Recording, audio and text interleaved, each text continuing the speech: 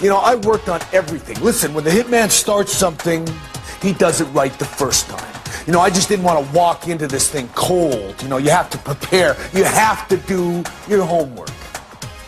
I started with the basics. Before you begin a project like this, you really have to know the ropes. I started with hands-on experience, step by step, till I knew how an entire game came together.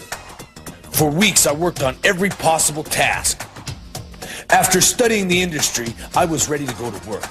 But first things first. You know, if you want to survive in today's corporate jungle, well, you have to look the part.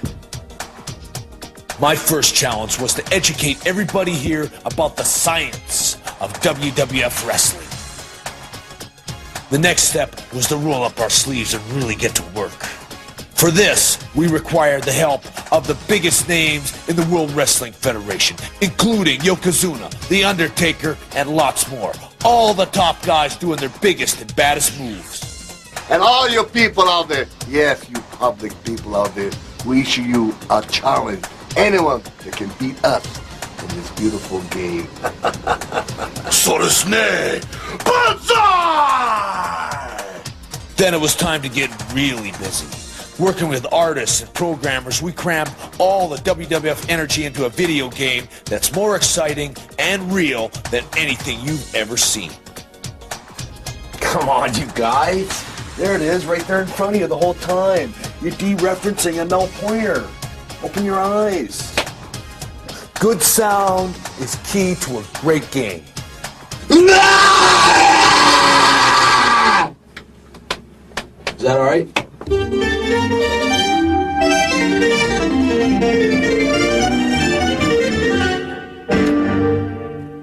Just like that, but punch it up with a little more bass. Now that's how you build a game. And now, introducing the hottest new tag team in podcasting, George Feast, Johnny Clash, the Game Marks! Hey George, before we get started, I had a match last night. Do you know a place where you can go and watch my previous matches along with other incredible matches? No, well, I do, actually. Let us listen to the glorious Bobby Orlando as he tells us all about Creator Pro Wrestling. Hello, it is I, the goatest of all time, Bobby Orlando. And I am here, in your ear, to tell you about Creator Pro Wrestling's weekly YouTube series, Cap TV. Featuring superstars such as the Cap TV champion, Chris Statlander, Bear Bronson, the abominable CPA, Smart Mark Sterling, Jack Tomlinson, Max Caster, Bryce Donovan, and myself, your mom, along with the rest of the Cap roster. Visit youtube.com/creativeprowrestling and catch up on the weekly action today! Bish.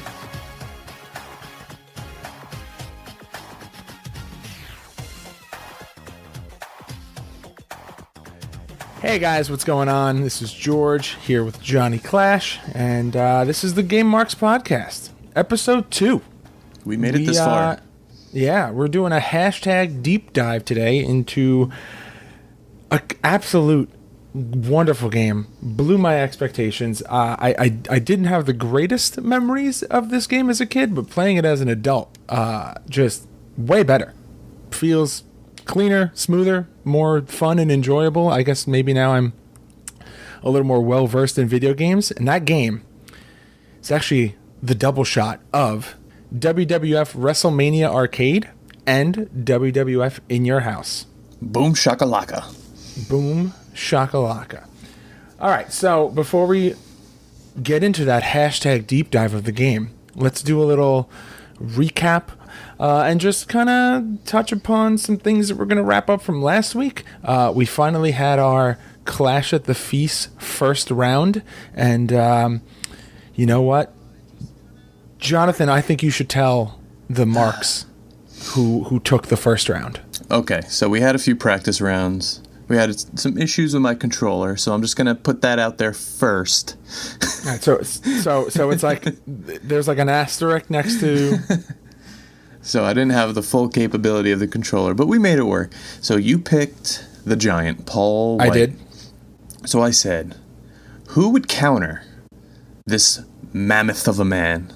None other than, not Black and White, not NWO, Mr. America, Real American Hulk Hogan. And well,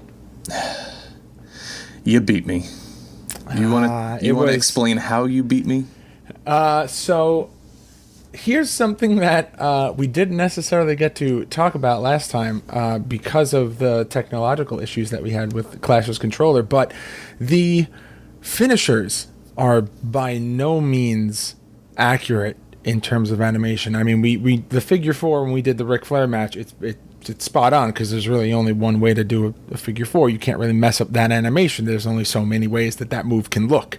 However, that being said, the Big Show or the Giant's chokeslam is the weakest, saddest, lamest looking chokeslam I've ever seen. Like, you're playing as the Giant and you expect this big, huge, colossal, chokeslam that we've seen so many times, and what you get, not to throw shade, is essentially the Scott Hall chokeslam, but as a finisher.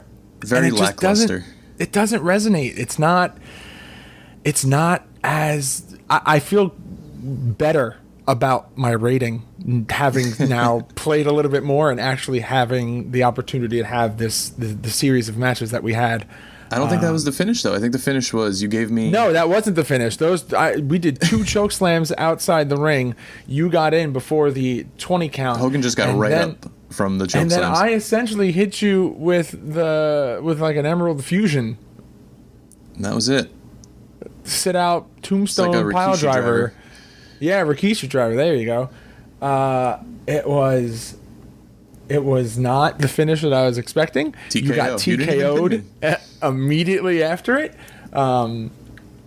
Yeah, and I guess we'll just throw up a first win. I'll give it to you in my column for Clash of the Feast. This is your game. I will give you this one. But when we get to in 2 weeks, we're going to get to Day of Reckoning. We're going to get to... I'm not looking forward to playing those GameCube games because I've never played them, and I know... I feel like when we do the games where it's me and you, and we both played the games, like when we do the SmackDown series, when we get to like the SmackDown Raw, like the 2K games, where like the controls... Because I feel like... Okay, preface it with this. I feel like the biggest issue that both of us are going to have going throughout these games is that the controls obviously change from system to system. Right. And...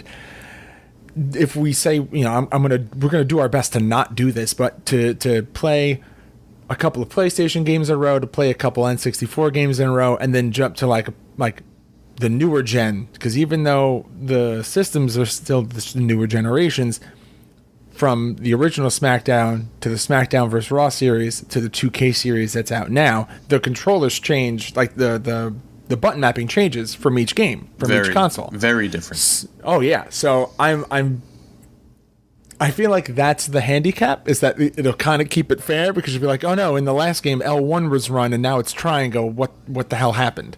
One note I actually had from last week, listening to it back. Let's hear it. The intro we posted, which was the commercial from the game that they played on Nitro and Thunder. The end of the commercial said the game was $69.99. Wow, that's like a modern price. I don't remember N64 games being that expensive. No, but I do remember giving them a call for WCW Thunder, and it was about the same price. And my mom was like, "Hell no, we're going to the Wiz to get it." Well, so a lot of this is a throwback to those of us that are around, I guess, our age. If you're younger, you probably won't understand this reference, but my bread and butter as a youth was the Friday night Blockbuster run, and back in the day, you actually were able to rent consoles, like entire consoles and like 2 games, and that was like a package that Blockbuster ran. So before I actually owned the N64, I had the rented console with World Tour, and I believe like 1080 snowboarding, and those were then ended up being the first 2 games that I got when we actually ended up getting the console to keep. But that was like how I played a majority of the games before I actually owned them, was doing those Friday night Blockbuster runs with my parents. I think I did the same thing. That was like such a easier time. Like things were simpler. Like now, if you don't like a game, you play it, you open it, you're kind of screwed. You're screwed. You get GameStop, $20 Target, maybe that week. Yeah, that it comes Walmart. out. They don't really let you return games once they're opened. Digital platforms like Steam and all the other ones like that. There's a million of them now. They have a policy in place now where if you don't like the game, you can return it within a week as long as you don't exceed a certain amount of hours of playtime, which is great because a lot of the newer consoles or a lot of the newer generation of the wrestling games, so all the 2K series, are being released on Steam, which is great because now there's a wider audience coming out to see them. You get more creative content. You get more people wanting to stream it on Twitch and stuff like that, which, speaking of Twitch, this is the part where we do the shameless plug. Me and Johnny Clash have a Twitch channel. It is twitch.tv/GameMarksPod. There's not too much up there yet, but we've got some plans coming. So another thing, George. All right. Quick question for you. So this week we saw the XFL is back. Yes. They announced their 8 teams, which I guess we are now New York Guardians fans. Yeah, cool. I guess. Yeah, I'll take it. Pretty cool Could be worse. logos, pretty cool visuals that they're putting out. Do you think we will ever see an XFL game? Ooh, if they do make an XFL game, okay, so I have a rebuttal question to that after I think I know what you're going to ask. So, one, I would like there to be an XFL game as long as it plays like Blitz or NFL or NHL hits. Like it needs to be like a cartoonish, overdramatic, super aggressive, like pretty much what I imagine Vince McMahon thinks that the XFL is going to be. That's what I want the game to be, where it's over the top and it's like all like, smoke and mirrors and it's like everything's super over the top and every game is WrestleMania. But my rebuttal question, if they do release it, it is a WWE game or a Titan Sports game. Yeah, we play it. Do we play it? Yeah, we play it. Okay. Just because I'm a big fan of Madden. Okay. All right, so here's my rebuttal to your rebuttal. Okay. Oh, God. Getting So deep. Deep cuts. So you think that Vince McMahon thinks it's a little whimsical. You think it would be more like a Blitz and NHL hits, which is cool. I think Madden right now is untouchable, which is why they never released another NCAA game. Okay.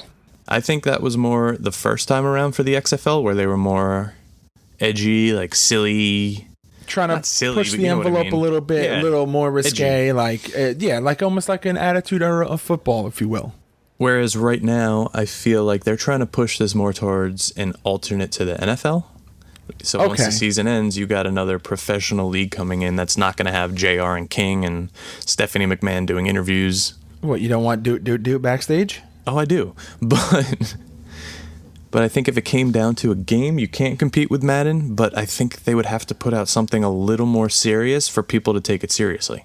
Yeah. Well, this was always something that I struggled with when playing video games is I want it to be borderline realistic, but I want it to be an escape. Like I want it to almost be a little whimsical and smoke and mirrors and, a little fantastical, if you will, just because it provides a little bit more of an escape. If I'm, it also depends on what you're playing. Like I feel like with wrestling games, there is a little bit of freedom because, of course, there's the characters and they're so over the top and, we'll get into it when we talk about the game that we played today, just how over the top and cartoonish some of these games were. But I feel like I almost preferred those games where you're like, in no way would this ever be possible in real life, but it's a video game and it's fun and it's a little bit extra and it's what, when you were a kid and you would play with wrestling figures, you would do these gigantic big moves. Like, you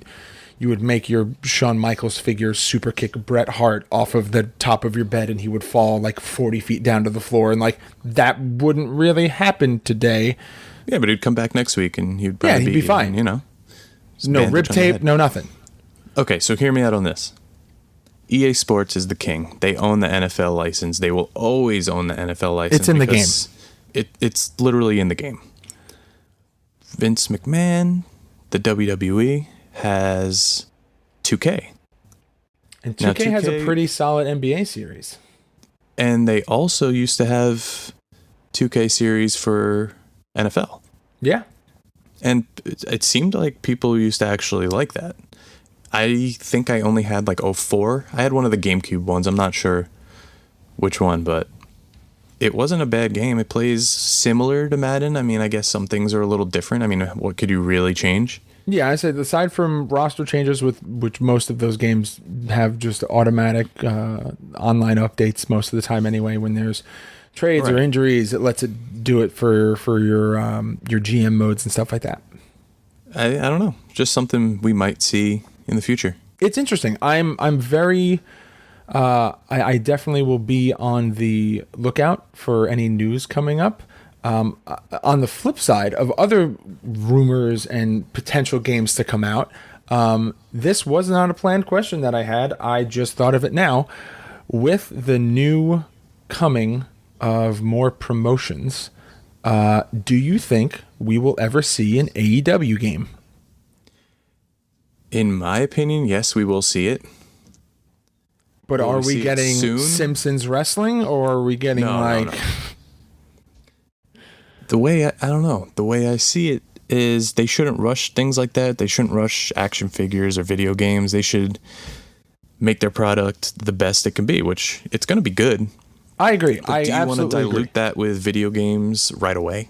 Oh yeah, I'm wondering if you're, it's if not you're- even year one. I know, but I'm thinking like if you're Cody, if you're the Bucks, if you're Kenny Omega, if you're any of the people on the board of investors backing this company, if you see all of the things that WWE are doing, is there that feeling of like, well, they're doing this, we already have so much behind us, we already have such a bright future, such a high potential.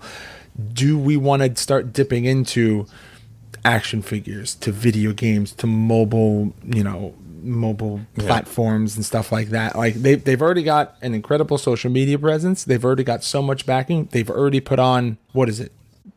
By the time this airs, 2 good shows. Yeah, I mean, I think eventually, but I don't think now. All right, so do you have any more questions? Do you? No, have I think any it's more? time to dive into Is it time WWF for the WrestleMania. The arcade game. hashtag deep dive, baby? Let's do it. So, WWF WrestleMania, the arcade game, released in 1995 by Midway, published by Acclaim. It's a fighter beat 'em up style game inspired by Mortal Kombat, Street Fighter, and the NBA Jam games. You got commentary done by Vincent Kennedy McMahon and Jerry the King Lawler. It was released on the Sega Mega Drive and Genesis consoles, the 32X extension for the Sega, the PlayStation 1, the Sega Saturn, MS-DOS, and the Super Nintendo.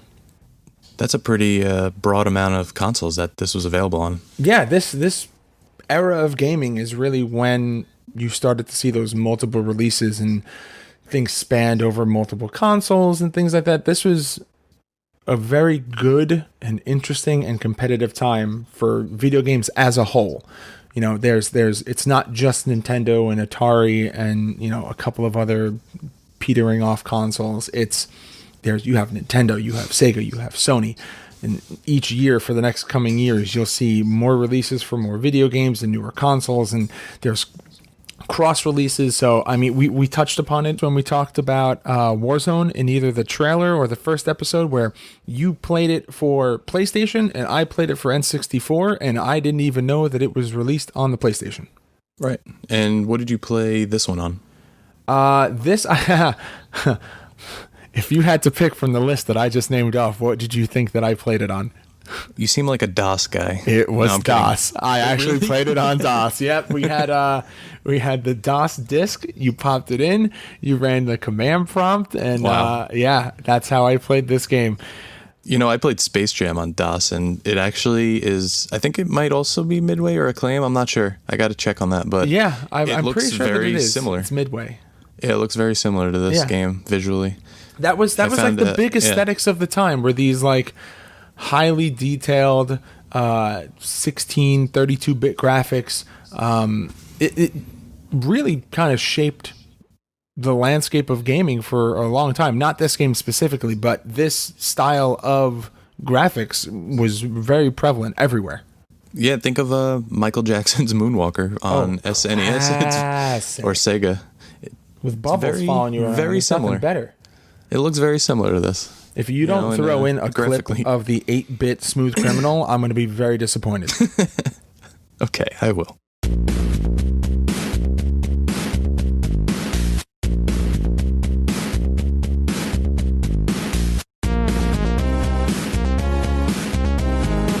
So I actually got this game for PlayStation 1 in the greatest hits. I think it was greatest hits, right? The platinum hits or something. It had the green on the side. Yeah, it was either greatest hits or platinum hits. My grandma bought me this for Christmas. I think she found it in like one of those Odd Job type stores. I think it was called Odd Job. And wrestling, John will love this. And to be honest, I did. I played this game for hours. And for me, this game came out in 95. I probably didn't get it till, I would say, like 99, 2000. Okay. So for me, I grew up with the Attitude Era. I grew up with the Monday Night Wars. I missed the 1995 WWF. So for me, this opened up a whole new world of, oh my God, Shawn Michaels has a mullet. Yokozuna, he looks like Rikishi, you know? Like for me, it was a new world. And back to what we said about Blockbuster, from there, this game had me recognize the guys that I would see on the covers of the VHS tapes at Blockbuster, which in turn would make me rent them, buy them. My friends would watch them. We saw Razor matches. Baby. That's what they did. I was like, wait a minute. I could watch Scott Hall from the NWO from 1995. Are you kidding me? I would get all the tapes. It's great. Oh, yeah. So this game really opened up my horizon for the older wrestling that I never saw. That's awesome. So a quick Google search that I just did. The greatest hits from PlayStation. Wrestling games included WCW Nitro, WCW vs. the World, WWF WWF WrestleMania, the arcade game, WWF SmackDown, WWF SmackDown 2, Know Your Role, and WWF Warzone. Those are all pretty valid platinum hits. And we are going to play all of them. All of them and more. No finite list here, baby. The game modes here, we have the Intercontinental Championship and the WWF Championship, which are they're basically gauntlet modes. Similar like a tower mode that you would see in like a Mortal Kombat game, where you kind of just like work your way up the ranks and try to get as far as you can and then eventually hit the end. It's very arcadey, obviously. Yeah. It's in the name. Watching It'd be weird if it wasn't. I watched you play through the Intercontinental Championship. So difficult. Oh my God. So you start off, it's, I think, 4 wrestlers, one-on-one. Easy. You breeze through them. Oh, yeah. Then it got to handicap matches, which was a little harder, but you did it. And then the final, it was 3. So it's you versus 3 guys. So once you take on that handicap match of the 3 opponents, you are greeted by, I guess it's an FMV. It's essentially just like a quick little highlight reel video package of the wrestler that you beat it with. So there are, 10 wrestlers in this game? No, 8? even less. 8. All right, so there's 8 wrestlers in this game. You get 8 FMVs. And they're essentially, like I said, they're just like glorified highlight reels. Some entrances, some signature moves that you see. And then obviously they have their music playing over it. So The Undertaker has his music. That's the one that I saw the most. The Undertaker one was pretty great. And then I guess somewhere on social media, we will record the other ones and we'll post them up so you guys can see the full effect of what happens when you really like beat the game. Yeah, we'll get them out there. Who did you mostly play as growing up?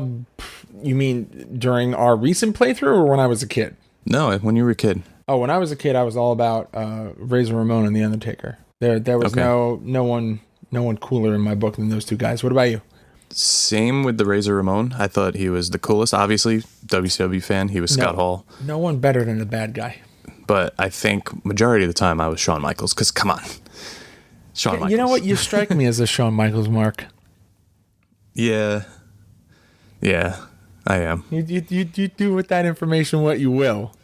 All right, so let's get into some of the features. So each character has, I guess, a unique moveset is what you would want to call it. So the same way that if you're playing like Street Fighter, Ryu or Guile or E Honda have their signature moves, and you need to master the button combination to get those moves to play out in game. This is pretty much the same, except it's wrestlers. So each wrestler has their own signature moves, and boy, are some of them absolutely ridiculously hilarious. They are out there. Which one stood out to you as the most ridiculous one? Because I know which one I like the best. I mean, I don't know if you could consider Doinks out there because they're just so him, but they're all just silly. So you're telling me that there is recorded footage somewhere on the WWE network of Doink's hand growing 2 to 3 times the size, becoming fully electrically charged, and then shooting bolts of electricity through his opponent, essentially burning or essentially frying them alive. Yeah, only $9.99 a month. Yeah, that's great content. God, love it. Love no, but you know what I'm saying? You have a clown in a game, you expect that stuff, especially from Midway. It's kind of like a big head mode in all the other Midway games. Oh, God, yeah, big head mode. Jesus. I think my favorite one, I don't know why I like this one so much, was Bam Bam Bigelow jumping off the top rope, and he would do his splash, and when he hit you, he disappeared, and the enemy's character was just set ablaze, and then suddenly he would just reappear from the ashes like Scorpion from Mortal Kombat. It was just beating his chest. Comical. Absolutely comical. So you want to run through some of these special moves here? Sure. Take us through. All right, I'm going to fire them off because there's a lot. Let's go rapid fire. Okay, so Bam Bam Bigelow. Fiery fists. Throw. Fire throw. Flying snap kick. Pogo pile driver. I like that he has throw listed as a move. Bret Hart. Rolling uppercut. Sharpshooter. Lunging kick. DDT. Skull crusher. That rolling uppercut is insane. The sharpshooter literally breaks the guy. The rolling uppercut takes you halfway across the ring and then sends the guy that you hit with the rolling uppercut like 50 feet in the air. It's wild. Doink the Clown, the Clapper, Joy Buzzer, Happy Hammer, it's not a good and Boxing name. Glove. It's not a good name for a move. Which one? Definitely Joy Buzzer. Oh, not the Clapper? No. Never that. Happy Hammer? This is a PG podcast. Oh, okay. We're doing it for the kids. I'm doing it for Dewey. Okay. Lex Luger, Fist Smash, Elbow Girder. I think that's supposed to be Grinder. No, I think that's the move where I said that he looks like Jax from Mortal Kombat. I think what he does is that he puts his arms together, and then they turn into a girder, like a steel girder, and that's what he hits you with. Great. Power grab and backbreaker. Razor Ramon. The quick Bad slice, guy. which he actually whips out a razor and slices you. Yeah. A dashing Colombian slice. necktie going on. Quad slam, razor's edge, pile driver, and quadruple slam, which I think was your favorite move playing as him. I gotta tell you, I might take back the Bam Bam thing because I forgot about it. The quadruple slam. So you ever take a bed sheet and just grab an end and just flap it when you're trying to like make it spread across the entire mattress? You just flap it. That's what Razor Ramon does, but he grabs the opponent's ankles and then shakes them like a bed sheet. It was pretty great. Like a lot. Find a clip of that. Like 4 times. Because quadruple. It's a lot. And it's my favorite move. I take back Bam Bam Slam. All right. The Undertaker, neck choke, neck breaker, shadow neck breaker, dark ghosts, light ghosts, mystic glove, shadow slam, fiery mystic glove, tombstone smash, and neck twist. I don't think that he has enough moves. Yeah, I mean, we should have played as him. Maybe we would have got a little further. Oh, we're not there yet. Yokozuna, salt throw, belly rush, head knocker, body slam, leg spin throw, out of ring, body slam, Why and is that pile a driver. move? What is out of ring? He just picks you up and tosses you out of the ring. Maybe out of ring throw, because out of ring just makes it sound like, okay, his move is that he can get out of the ring. This is not my list. And last but not least, Shawn Michaels. Oh, yeah. Double snap kick, flying drop kick, Frankensteiner. My most used move as Shawn Michaels. Yeah, sliding kick toss, which was cool. It was like a baseball slide, and you just toss the guy over your head. And unless you were sunset playing flip. against Bret Hart and you did the baseball slide and he caught you into the sharpshooter. That sucked. That was cool, actually. That was pretty cool. But sunset flip was actually a crucifix. Yeah. But hey, to each their own. There's also fatalities in this game. Kind of like Mortal I didn't Kombat. know. The Undertaker has a fatality where a coffin comes out and the guy goes in it and he does his rest in peace. Interesting. We That's may have to something we're go gonna back have to and play see if we through can get again. that to happen. There's also, like Mortal Kombat, where the guy comes in the corner and goes, "Toasty!" Oh, that's the best. If you got to There's- put that in there. I will. Oh, yes. There's a guy with a scrambled face eating chips that pops up in this game. Huh. And it's completely random. I got to say, though, the background guys, amazing. Very animated for the crowd, yeah. Yeah, like I would actually say it's better than World Tour, like significantly better 100%. than World Tour. The graphics on this are pretty damn good. And I thoroughly enjoyed them. Like this was like one of those games where you look at it and you're like, this still graphically holds up. It's still visually appealing. You don't look at this and you're like, oh god, this It's looks pretty. terrible. It's nice. I actually think that this version looks better than In Your House. Yeah, we'll eventually be getting to In Your House, but I think that because this one was made specifically for big arcade screens, multiple people Right. standing in front of an arcade cabinet and playing this game, that maybe the processing power was a little better because it was a dedicated machine. And also, we played the Bret Hart commercial in the beginning of this episode. Oh man, We're going to post a link to that because that was pretty damn cool. But he actually shows some motion capture of Yokozuna. And back in the day, what they used to do was they would use the models in front of a green screen and then essentially pixel trace them and do like a Right. pixel trace animation, which looks like is what they did here, which is really cool because you, like you said, you see in that video, which we're going to post on our social media, you see Yokozuna doing bonsai drop essentially on like a crash pad, and it's cool. To think that every wrestler went out to Midway, Acclaim, and essentially just like stood in front of a green screen and like did their moves, which it's insane, on like a crash test dummy or something. Here's a little fun fact about things going back to the background. If you look in the crowd, this is from a game FAQ post that I found about this game. If you look in the crowd, you can see the people who made the game possible. Right smack in the middle is Mark Turmel. Many of you guys may remember him from NBA Jam. Apparently, Mark is the main guy responsible for this game. Other people featured in the crowd is the head artist, the hardware tech, 3 artists, and a programmer. That's really cool. That's pretty cool. That's also something you don't really see a lot in modern games that you see tons of in retro games, where artists and programmers take so much pride in their games that they actually put themselves in it. It's cool. I always thought love those stuff little like that. Easter eggs were super awesome. not to sidetrack, but I'm going to sidetrack. But there was actually, I think, a Call of Duty game where they put a teddy bear room because one of the creator's daughters died. Yeah, I and remember she loved that. teddy bears. Yeah, I remember that. But then on the other side of it, there was Gears of War, where if you threw a smoke grenade into a window, you would see a man pooping. Oh, and I believe there was an Easter egg in Halo as well, where if you put one of the lead programmer's wife's birthday, you set it as your Xbox clock on the menu, the Halo would have like a marquee run across it, and it would say "Happy Birthday," whatever his wife's name was. Well, that's But just like, egotistical. I mean, but it's you know what it is? it's just one of those cool little things you don't really see in video games that much anymore. Like, you know, I'm still a very avid gamer. I play more than just wrestling games.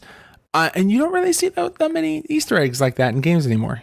Why don't you tell us how this game was received by game critics and game reviewers, like professional ones, not just two idiots with microphones? Okay, so Electronic Gaming Monthly gave this a 9 out of 10 on PlayStation.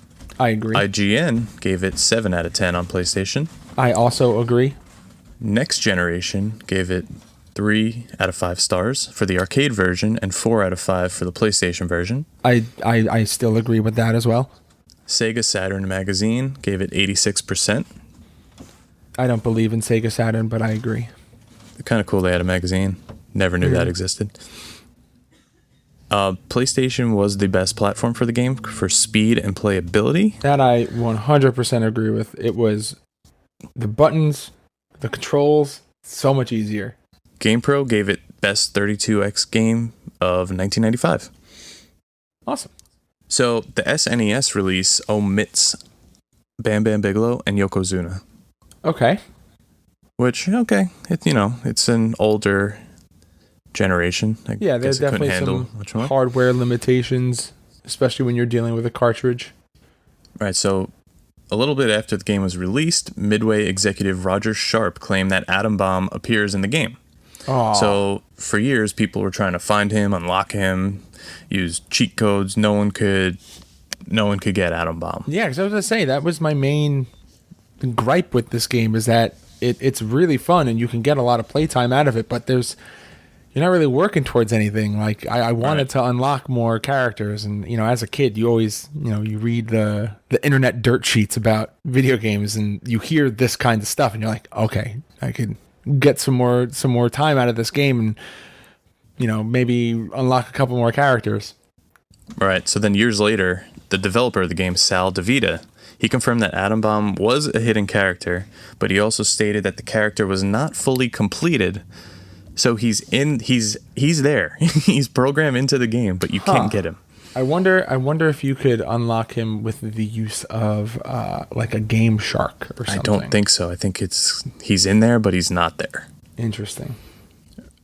So some other reception of this game was when 3 characters are on the screen at the same time, the game slows down. This is for mostly the Genesis version, the Sega version. The PlayStation version didn't seem to have that problem. Yeah, I was going to say, we played on PlayStation, and it didn't seem to bog down at all. The Genesis version retains most of the voice and commentary samples from the arcade, and it allows up to 4 wrestlers on the screen. Also, it slows down with the 4 wrestlers. So the 32X release is similar to the Genesis version, but it improves the graphics and audio. So really, you don't need the 32X to play this game. Yeah, well, that was pretty much the whole point of the 32X. Yeah, it was just an add-on. Yeah, it was an add-on, gave you a little bit more processing power, a little bit better quality of graphics and audio. That was really, it was essentially just how we talked about with World Tour, that little RAM expansion that they offered with certain games. That's essentially what the 32X was. I had this, and all I had for it was Star Wars. Which Star Wars game? I don't remember. The TIE Fighter one. X-Wing versus TIE Fighter. Sure. Yeah. Or just TIE Fighter. I don't know. You were in a TIE Fighter. I'm a huge Star Wars mark, so. That's my next podcast, Star Wars marks. Oh, well, yeah, I'm not going to do that one with you. However, the frame rate was reduced to 30 frames per second in the 32X port compared to the 60 frames per second on all other versions. Huh. All right, so I believe that is a wrap on the WrestleMania arcade game. And now we're going to go to the next title of this double shot. It's pretty much the exact same game, barring a few changes, and that is WWF In Your House. George, before we cover that, this episode is sponsored by SpaceZamboni.com. Space Zamboni is an entertainment and comedy site bringing together the world of gaming, esports, and more.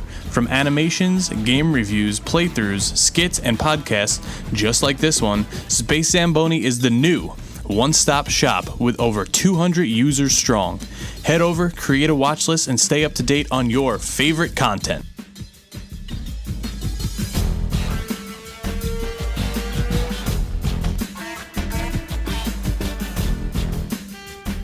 WWF in Your House was released in 1996 by Acclaim. It features a larger roster than WWF The Arcade. WWF WrestleMania Arcade.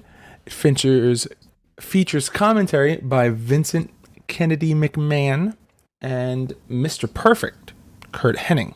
It was available on the PlayStation, Sega Saturn, and MS-DOS. Now, did you play this game as a youth? Yep, same story as WrestleMania, the arcade game. Got it for Christmas probably the next year. So you had it for PlayStation? Yep, I think Okay. this one wasn't a platinum hit. If you had to guess what I played this on. Sega Saturn. MS-DOS. Again, round 2. Yeah, I don't know why. The DOS games were just readily available to me as a child. So anytime that there's a computer release, we just always got it for DOS. Okay, well, to each their own. So let's start this hashtag deep dive with the roster. Your options for characters are Bret Hart, The Undertaker, Shawn Michaels, Owen Hart, British Bulldog, Goldust, Ahmed Johnson, Hunter Hearst Helmsley, Vader, Ultimate Warrior. Now, originally, Jeff Jarrett was also planned to be in the game, but he had left for WCW.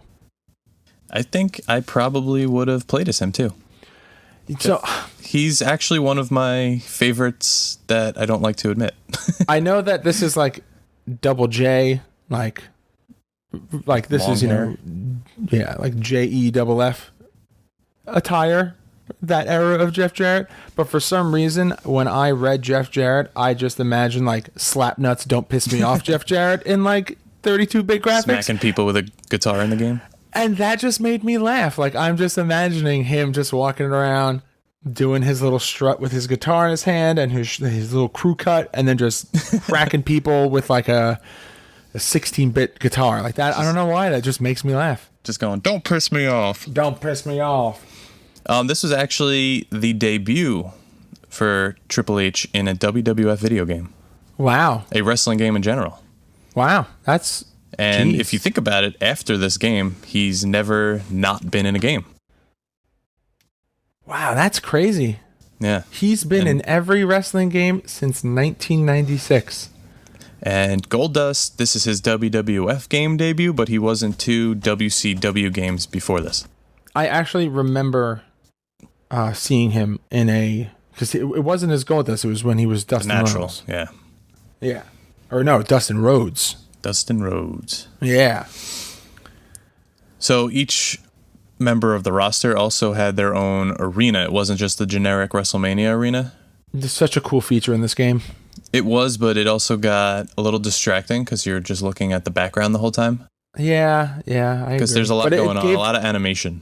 I feel like it gave more personality to the game itself. It's like, It did.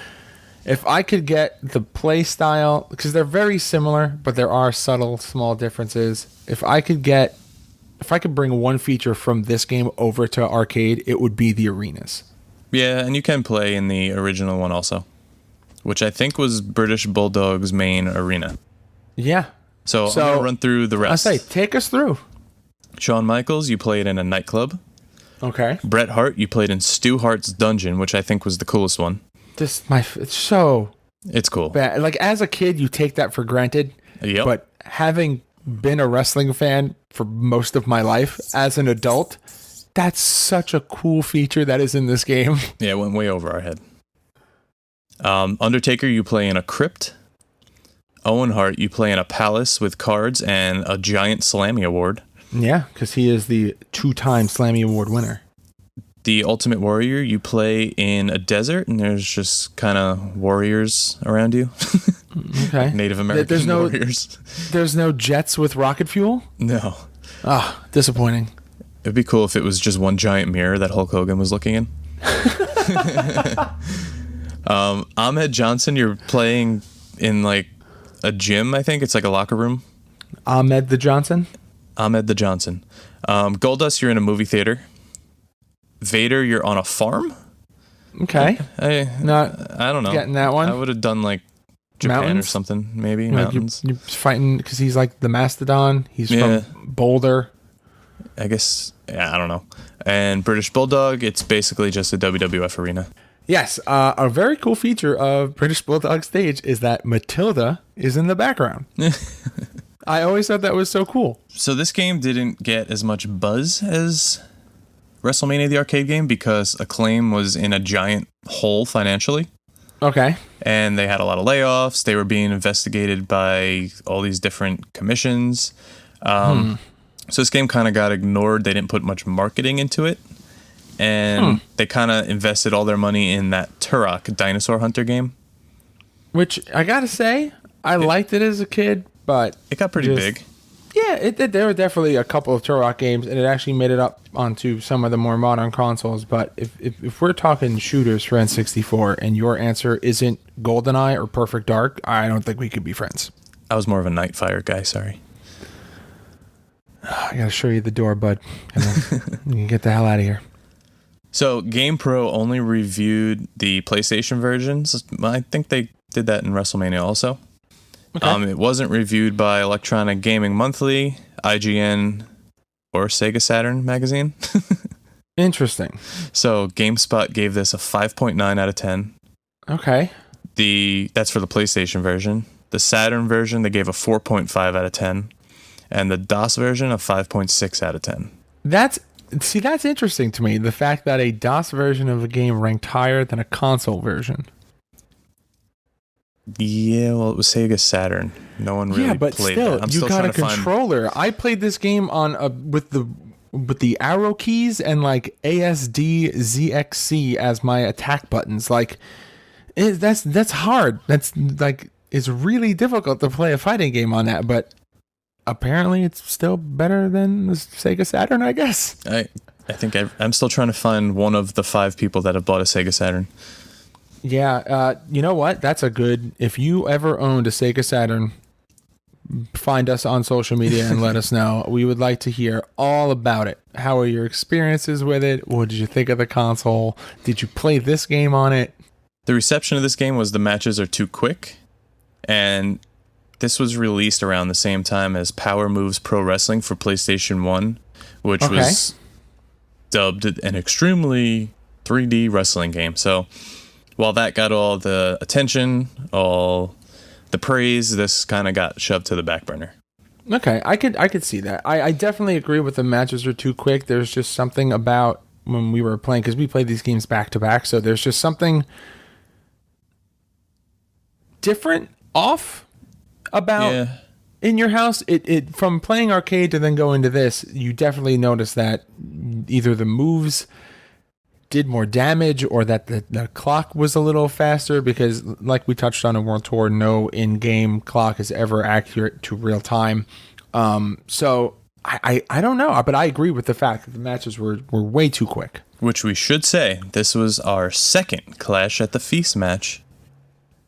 And we did it in your house, not WrestleMania the arcade game. We did. I agree, it was very quick, because I pinned you. Who was I? You were Shawn Michaels. And who were you? Brett screwed Brett, but in this case, George screwed Brett. And yeah, you got the win this time, but I'll be coming for you in the next game. So we are at 1-1. 1-1. It's even. So we still don't know what the winner will get. You best believe that when we talk later about what the next game we're doing is, I'm coming for you. And whatever that Clash at the Feast title prize is going to be, it's coming home. It's coming home with Georgie boy. I think the winner of each round should pick the next game. Ooh, that's interesting. Well, because there's definitely some times where we're going to want to have polls. Yeah. There's definitely going to be times where there's going to be episodes. I mean, we have one scheduled for later next month where we're not even going to be playing a game at all. We have a very special guest, and we're going to be talking about a game, but we're not actually going to be playing a game. Okay, so we touched on the roster. We touched on the arenas. We touched on how this game was reviewed. What else? Give me some other fun facts about In Your House that maybe make it different than WrestleMania Arcade. Okay, so they each had quotes, which was said during the match. So you could be getting beat up, you could be beating someone up, but Shawn Michaels will still say, kicking it with the click. And Vader will say, it's Vader time. Okay. And to list them off, Brett will say the best there is, best there was, best there ever will be. I was going to say, I'm really lacking on your impressions here. Like, everyone just kind of sounds the same. Like, give me, who's next? Owen Hart. Give me your best Owen Hart. I don't think I could do Owen Hart. I'm the king of hearts. That actually wasn't that bad. Ahmed Johnson, be proud of who you are. Okay. Bulldog, it's UK, not USA. All right. I expected a little bit more of an accent there, but that'll do, I guess. Undertaker, rest in peace. Okay. Goldust, remember the name. Goldust. I was hoping you were going to do the inhale. I was really hoping you were going to do it. Triple H, arrogance is truth. And Warrior, I think you should do Warrior. Feel the power of the Ultimate Warrior. Wow. You got to get the snort. The snort and everything. Oh, yeah, absolutely. All right, so there was also cheat codes in this game. There was... Why the hell didn't we use them? The cheat codes were auto super pin.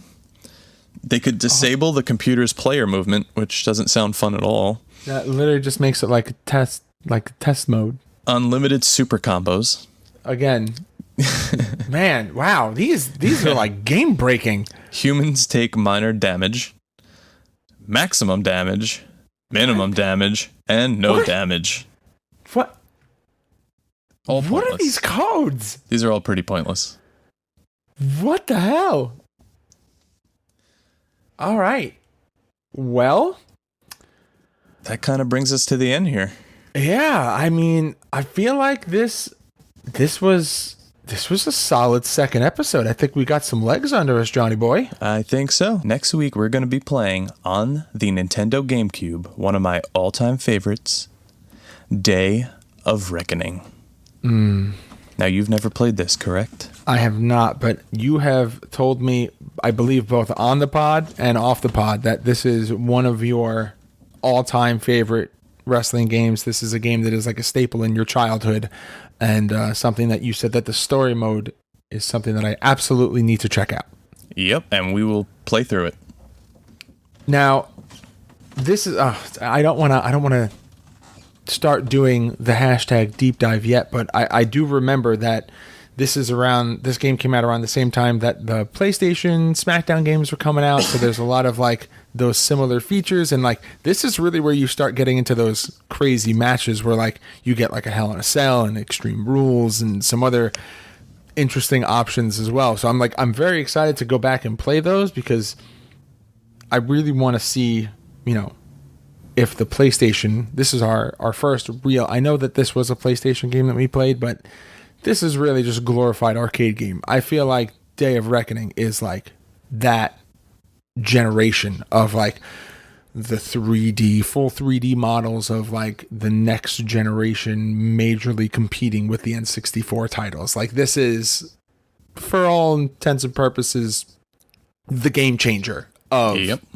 Yeah, I'm very, very interested. Yeah, so we'll see who gets the tiebreaker at number 3. All right, Clash. So we played both games. We had a very good time, I think, playing both. It was a little throwback. We got to mock how we used to play the games, more so you mocking me for playing them on DOS. But I think it's time for the rating. So as our ratings go, if you were here for the last episode, we either play it forever, or we wish the game the best of luck in its future endeavors. So, John, where do you sit on WWF WrestleMania Arcade? I'm going to give this a play it forever. Okay. Now, why? Coming back and playing this after maybe almost 20 years, which is insane. Yeah, I feel like that's going to be something that comes up a lot, where you're just like, the amount of time. Oh my God. Yeah, like 18 years. Yeah. So after all that time, this game holds up. We had a lot of fun. I would I'm probably going to go back and play this on my free time. That's good to know. And win the championship. What about you? Well, no, not yet. It's not my turn yet. So now I also want to ask you about where you stand for In Your House, because this is two different games, even though they came out within a year of each other. There's definitely some differences. We definitely noticed some play style differences. So I want to know how you feel about In Your House. Other than the expanded roster, In Your House is just not as good, so I'm gonna have to wish it farewell in its future endeavors. Ooh. Okay. Yeah, I mean, I gotta say, I don't want to be long-winded with my explanation, but I 100% agree with you. I feel the same exact way. WrestleMania Arcade, I think, felt better in terms of the motion, in terms of the animations, in terms of the button response. Like, it just felt like a more complete game. And In Your House felt like almost like a rush job, where they were like, oh, yeah, our WrestleMania Arcade did so well, we'll just swap out a couple of characters, throw in some extra bells and whistles, and it's a brand new game. And I feel like that's something that most companies are critiqued for nowadays. So I am also going to have the same exact rating as you. I'm going to take WrestleMania Arcade. I am going to play it forever. Maybe you and I will do the cooperative gauntlet style mode and run through that, see if we can win that. And then In Your House, though I do have fond memories of playing it with my friends, I gotta future endeavor that, just because it doesn't feel as polished as It's the little things.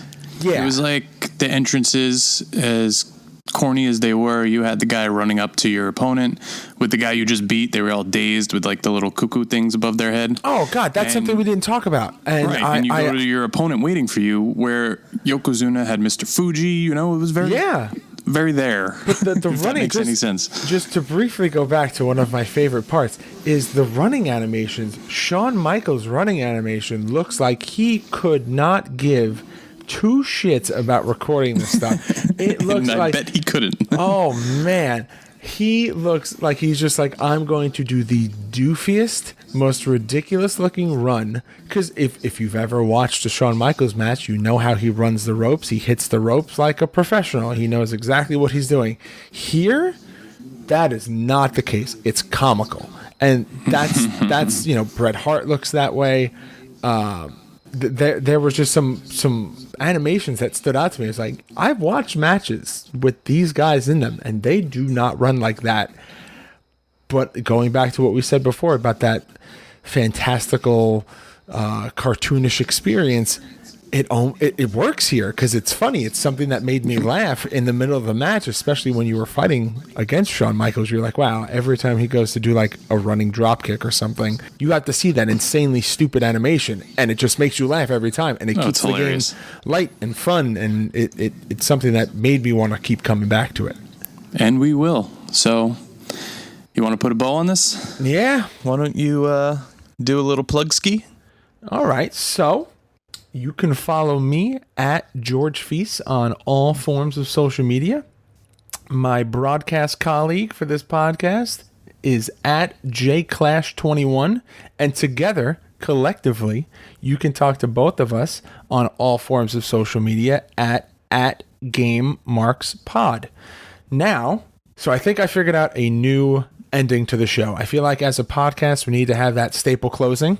So I think that from now on, what we're going to do is we're going to throw it back, a little reference, off-color reference maybe if you want, and we're just going to say, John, say something stupid. Boom shakalaka.